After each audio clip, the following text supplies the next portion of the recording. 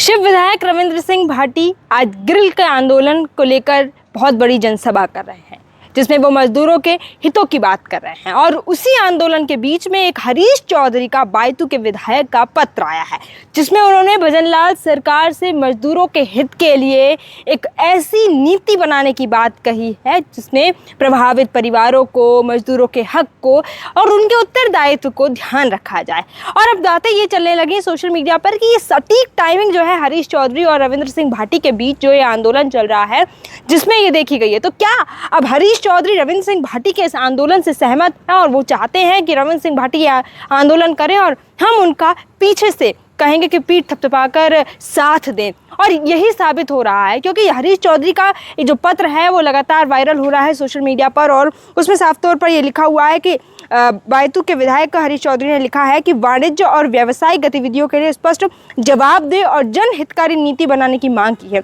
जिसमें साफ तौर पर स्थानीय युवाओं को रोजगार दिया जाए, प्रभावित परिवारों की सुरक्षा हो, पर्यावरण का संरक्षण हो, सामाजिक उत्तरदायित्व हो और इनको लेकर एक स्पष्ट गाइडलाइन है वो बनाई जाए। अब देखिए कि जिस टाइम पर शिव के विधायक रविंद्र सिंह भाटी कई लंबे समय से धरना कर रहे हैं, प्रदर्शन कर रहे हैं, रात भर वहीं लोगों के साथ डटे हुए हैं, उनकी तबीयत खराब हो रही, तमाम तस्वीरें हैं वो निकल कर आ रही है। और आज एक बड़ी जनसभा है और जब जनसभा होनी थी, लोग जुट रहे थे, भीड़ हो रही थी, उसी बीच हरीश चौधरी का एक पत्र आता है और वो सोशल मीडिया पर जमकर वायरल हो जाता है कि कभी तो हरीश चौधरी जो है वो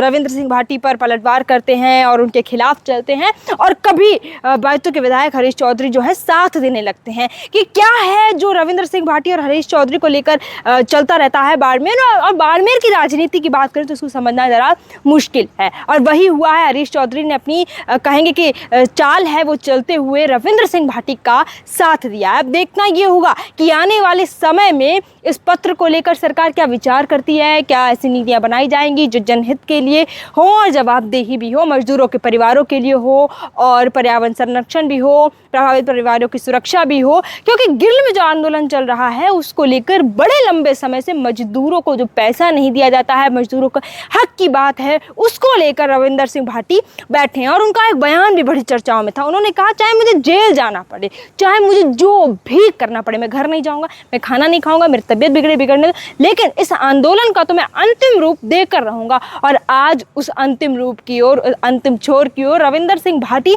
बढ़े और उनका साथ कदम से कदम अगर किसी ने मिलाया है तो वो कांग्रेस के विधायक हरीश चौधरी ने मिलाया है। भगवान जाने ये क्या है और क्या संकेत देने की कोशिश कर रहा है राजनीति में और बाड़मेर में जो लोगों के साथ समस्याएं हैं, मजदूरों के साथ समस्याएं हैं जो चल रही। मजदूरों के हक और न्याय के लिए रविंद्र सिंह भाटी के साथ अब एक कदम हरीश चौधरी ने भी मिला दिया। ये तो आने वाला समय ही तय करेगा कि सरकार इस पर क्या विचार करती है, क्या नीतियां बनाई जाएंगी, क्या मजदूरों के हक और न्याय के लिए सरकार कुछ सोचेगी, विचारेगी। बाकी आपकी क्या राय है कमेंट सेक्शन के माध्यम से बता सकते हैं।